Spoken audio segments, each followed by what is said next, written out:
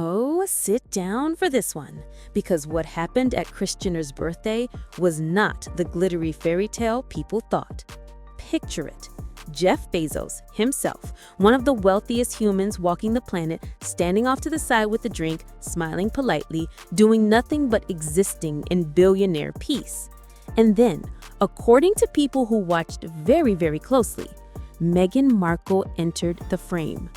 Not quietly, not shyly, she turned toward him with intention, with that look, the same look people swear once made Prince Harry forget gravity, monarchy, and common sense all in one breath.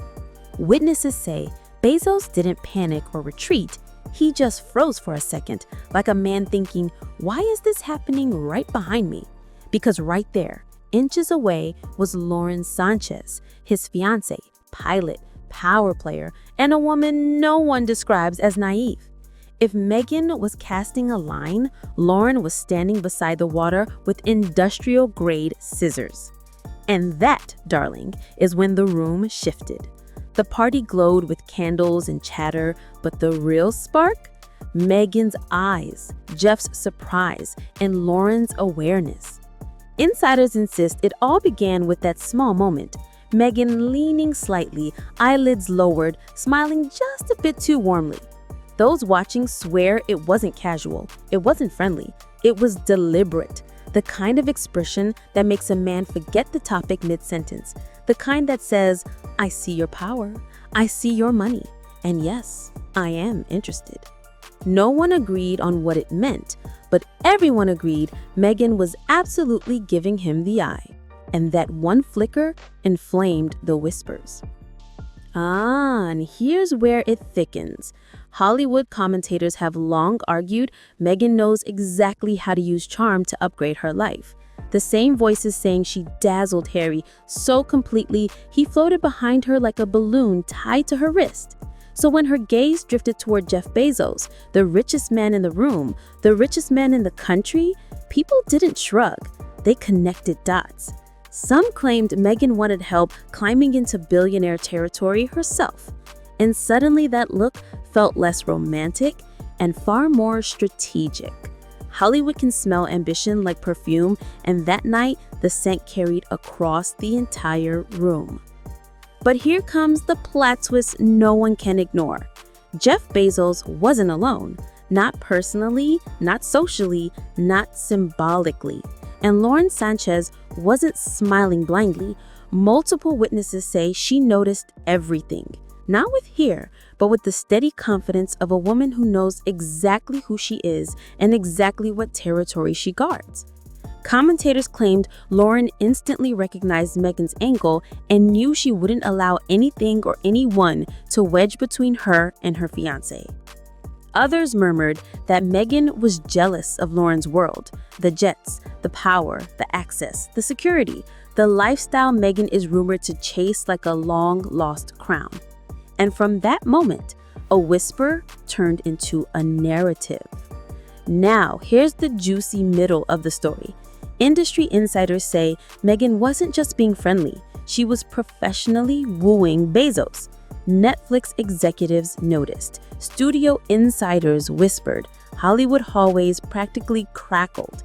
They claimed Meghan wasn't flirting for romance, she was flirting for opportunity. The kind of opportunity with private jets, global brands, royal-level influence, and enough funding to revive 5 forgotten franchises and still afford a Malibu villa. The chatter got loud enough that Netflix itself supposedly asked, why is our supposed star cozying up to Amazon's overlord instead of pitching to us? Why smile at Bezos instead of honoring her streaming home?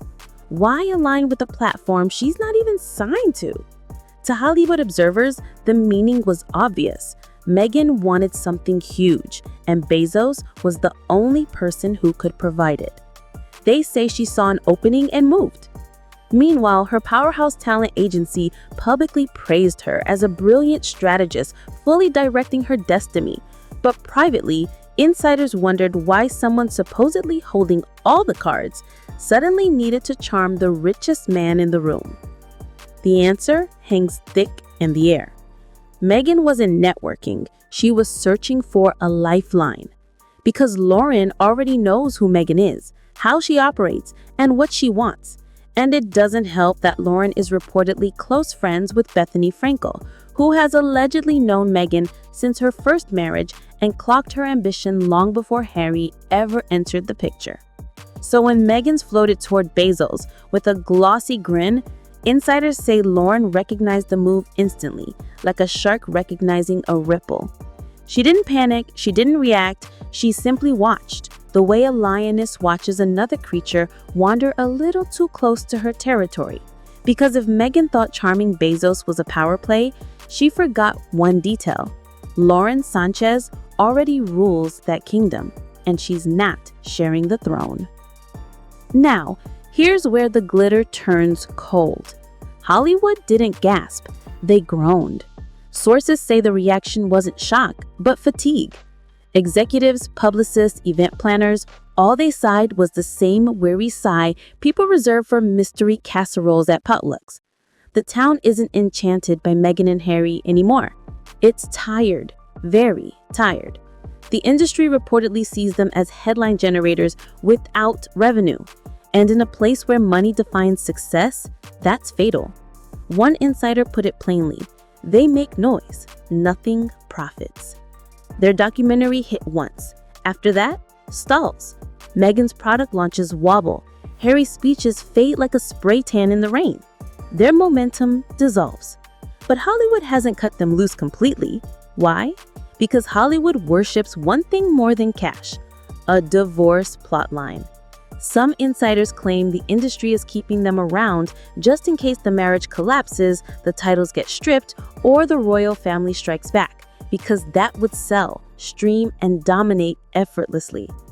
Now, we slip into the quieter corners of gossip, the places where the whispers get softer but sharper.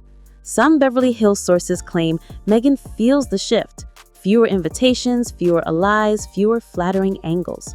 And that's why the Bezos moment matters. They say Meghan fears fading, fears irrelevance, fears the Hollywood cycle that replaces women faster than seasonal handbags.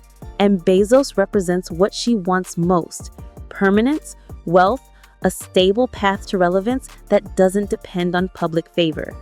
Her influence flickers, her projects stall, her spotlight dims. So the theory grows. Meghan is making moves for survival, not today, but tomorrow. Think about it.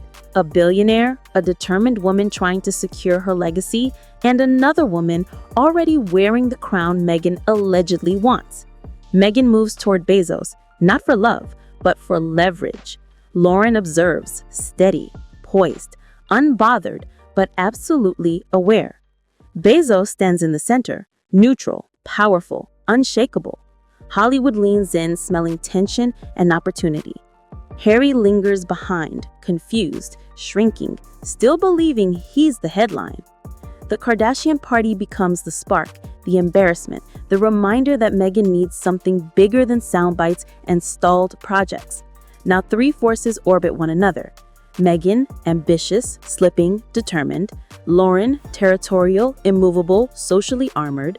Bezos, the kingmaker whose attention changes empires. And the real question becomes, will Meghan try again? Will Lauren shut the door harder? Will Bezos stay neutral or shift the air?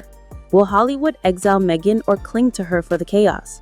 Will Harry ground her or drown with her? Because nothing has blown up yet, but every inch of this story is already inflammable. And the next time Meghan and Lauren share a room, the cameras won't be the only ones watching.